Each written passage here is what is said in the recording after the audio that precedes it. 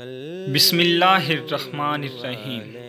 حضرت ابو عبداللہ رضا اپنی کتاب تحفہ میں لکھتے ہیں کہ بغداد میں ایک شخص حقیر، حاجت مند، عیالدار، صابر و عابد رہتا تھا۔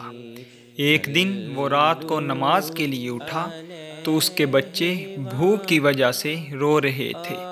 جب وہ نماز سے فارغ ہوا تو اس نے بچوں اور بیوی کو بلایا اور کہا، بیٹھو اور اللہ تعالیٰ کے حبیب صلی اللہ علیہ وآلہ وسلم پر درود پاک پڑھو اور دیکھو کہ اللہ تعالیٰ کیسے درود پاک کی برکت سے ہمیں غنی کرتا ہے۔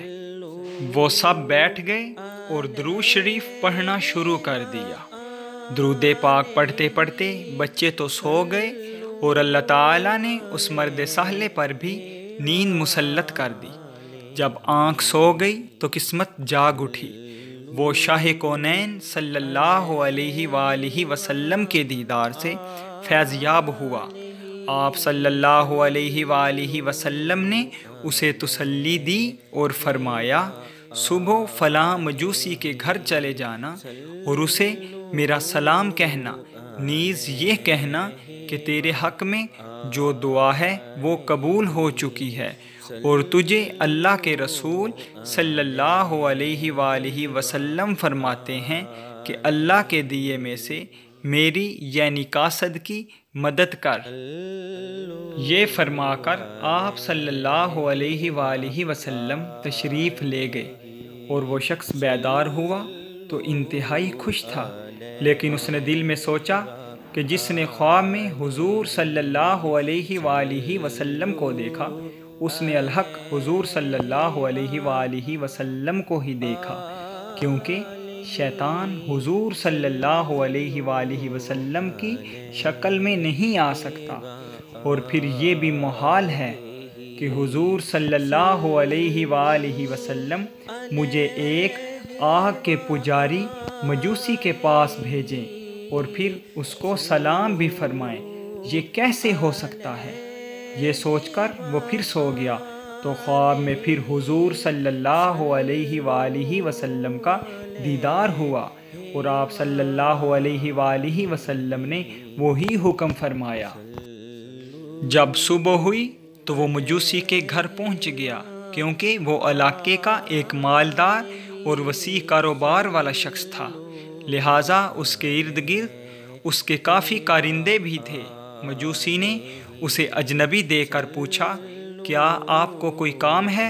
تو مرد صالح نے کہا، وہ میرے اور تیرے درمیان علیحدگی کی بات ہے۔ اس نے نوکروں اور غلاموں کو حکم دیا کہ وہ باہر چلے جائیں۔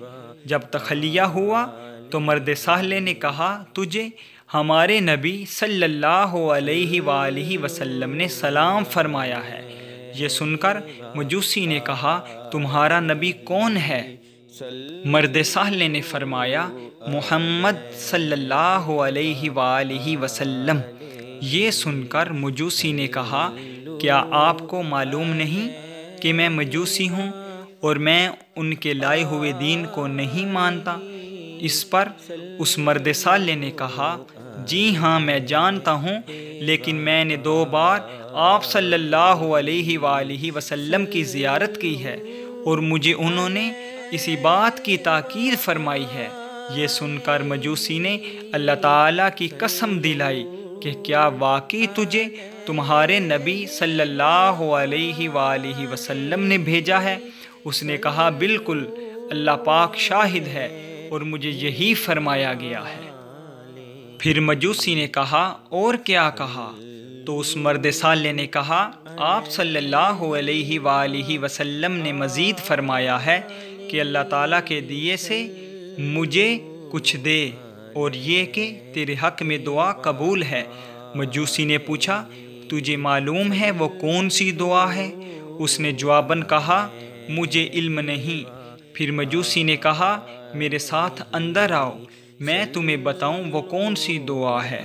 جب میں اندر گیا تو مجوسی نے کہا، آپ اپنا ہاتھ بڑھائیں تاکہ میں آپ کے ہاتھ پر اسلام قبول کروں، اور اس نے ہاتھ پکڑ کر کہا، اشہد ان لا الہ الا اللہ و اشہد ان محمد الرسول اللہ۔ اسلام قبول کر لینے کے بعد اس نے اپنے ہم نشینوں اور کارندوں کو بلایا اور کہا، سن لو، میں گمراہی میں تھا، اللہ تعالیٰ نے مجھے ہدایت دی ہے، میں نے ہدایت قبول کر لی ہے اور میں نے تصدیق کی اور ایمان لایا اللہ تعالیٰ پر اور اس کے نبی صلی اللہ علیہ وآلہ وسلم پر، لہٰذا تم میں سے جو ایمان لے آئے تو اس کے لیے میرا مال حلال ہے، اور جو ایمان نہ لائے تو وہ میرا مال ابھی واپس کر دے، اور آئندہ نہ وہ مجھے دیکھے نہ میں اسے دیکھوں۔ چونکہ اس کے مال سے کافی مخلوق تجارت کرتی تھی، اس کے اعلان سے اکثر ان میں سے ایمان لے آئے، اور جو ایمان نہ لائے وہ اس کا مال واپس کر کے چلے گئے۔ پھر اس نے اپنے بیٹے کو بلایا اور کہا، بیٹا، میں نے اسلام قبول کر لیا ہے، لہٰذا اگر تو بھی اسلام قبول کر لے تو تو میرا بیٹا اور میں تیرا باپ، ورنہ آج سے نہ تو میرا بیٹا اور نہ میں تیرا باپ۔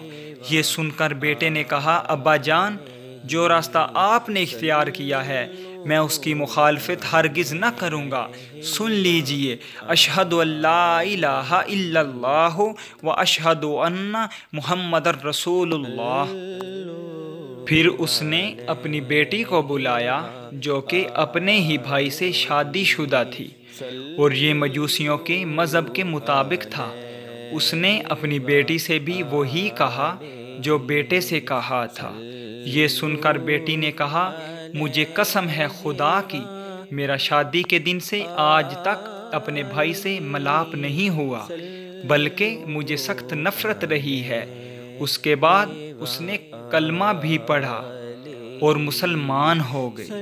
یہ سن کر باپ بہت خوش ہوا۔ پھر اس نے مرد صالح سے کہا کہ آپ کیا چاہتے ہیں کہ میں آپ کو وہ دعا بتاؤں جس کی قبولیت کی خوشخبری آپ لائے ہیں، اور وہ کیا چیز ہے جس نے نبی پاک صلی اللہ علیہ وآلہ وسلم کو مجھ سے راضی کیا ہے؟ مرد صالح نے کہا، ضرور بتائیں۔ اس نے کہا، جب میں نے اپنی بیٹی کی شادی اپنے بیٹے سے کی تھی تو میں نے عام دعوت کی تھی، سب لوگوں کو کھانا کھلایا، حتیٰ کہ کیا شہری اور کیا دیہاتی سب کھا گئے۔ جب سب کھا کر فارغ ہو چکے تو چونکہ میں تھک کر چور ہو چکا تھا، میں نے مکان کی چھت پر بستر لگوایا تاکہ آرام کروں، اور میرے پڑوس میں ایک سید زادی جو کہ سیدنا حسن رضی اللہ تعالی عنہ کی اولاد میں سے ہے، اور اس کی چھوٹی چھوٹی بچیاں رہتی تھیں۔ جب میں اوپر لیٹا تو میں نے ایک صاحبزادی سے سنا، وہ اپنی والدہ محترمہ سے کہہ رہی تھی، امی جان، آپ نے دیکھا ہمارے پڑوسی مجوسی نے کیا کیا ہے؟ ہمارا اس نے دل دکھایا ہے، سب کو کھلایا مگر ہمیں اس نے پوچھا تک نہیں۔ اللہ تعالیٰ اسے ہماری طرف سے اچھی جزا نہ دے۔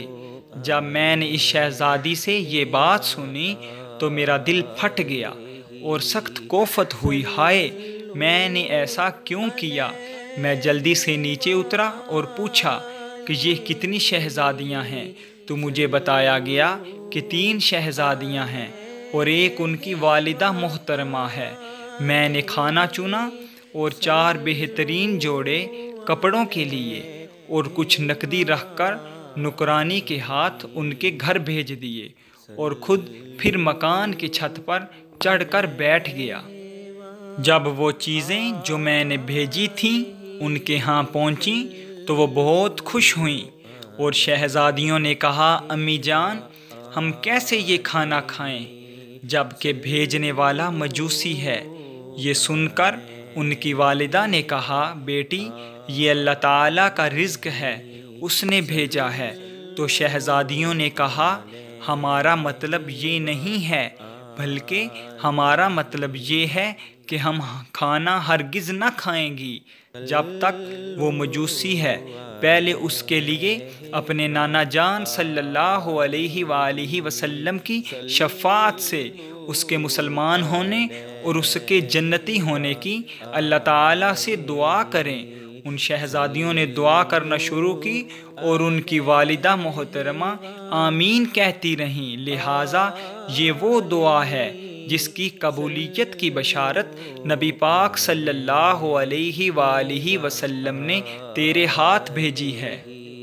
اور اب میں حضور صلی اللہ علیہ وآلہ وسلم کے حکم کی تعمیل یوں کرتا ہوں کہ جب میں نے اپنی بیٹی کی شادی اپنے بیٹے سے کی تھی تو میں نے ساری جائیداد میں سے نصف ان لڑکے لڑکی کو دی تھی اور نصف میں نے رکھا تھا، اور اب چونکہ ہم سب مسلمان ہو گئے ہیں اور اس مبارک اسلام نے دونوں بہن بھائی کے درمیان جدائی کر دی ہے، اب وہ مال جو ان کو دیا تھا وہ آپ کا ہے، آپ لے جائیں۔ حوالہ سعادت الدارین صفحہ 398۔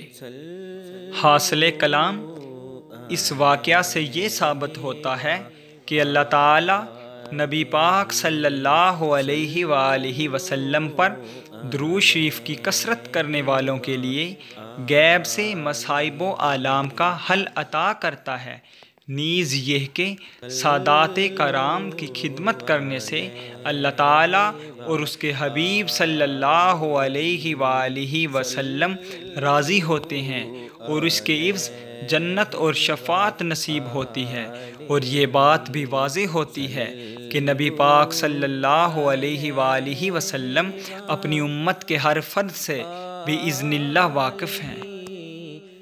اہم نکتہ سوال: حضور صلی اللہ علیہ وآلہ وسلم کی شریعت مطہرہ کا قانون ہے کہ غیر مسلم کو سلام مت کہو، تو خود آپ صلی اللہ علیہ وآلہ وسلم نے اس مجوسی کو کیوں سلام کیا؟ جواب: اہل سنت کا یہ عقیدہ مصمم ہے کہ رسول اللہ صلی اللہ علیہ وآلہ وسلم بِإِذْنِ اللہ دلوں کے حال جانتے ہیں، لہٰذا ہمارے عقیدے کے مطابق ہی نبی پاک صلی اللہ علیہ وآلہ وسلم نے مجوسی کے دل میں اللہ تعالیٰ کی عطا سے ایمان دیکھ لیا تھا، اور اسی ایمان کی بنیاد پر آپ صلی اللہ علیہ وآلہ وسلم نے اسے سلام بھیجا۔ اللہم صلی علی سیدنا محمد نور الانوار وسر الاسرار وسید الابرار۔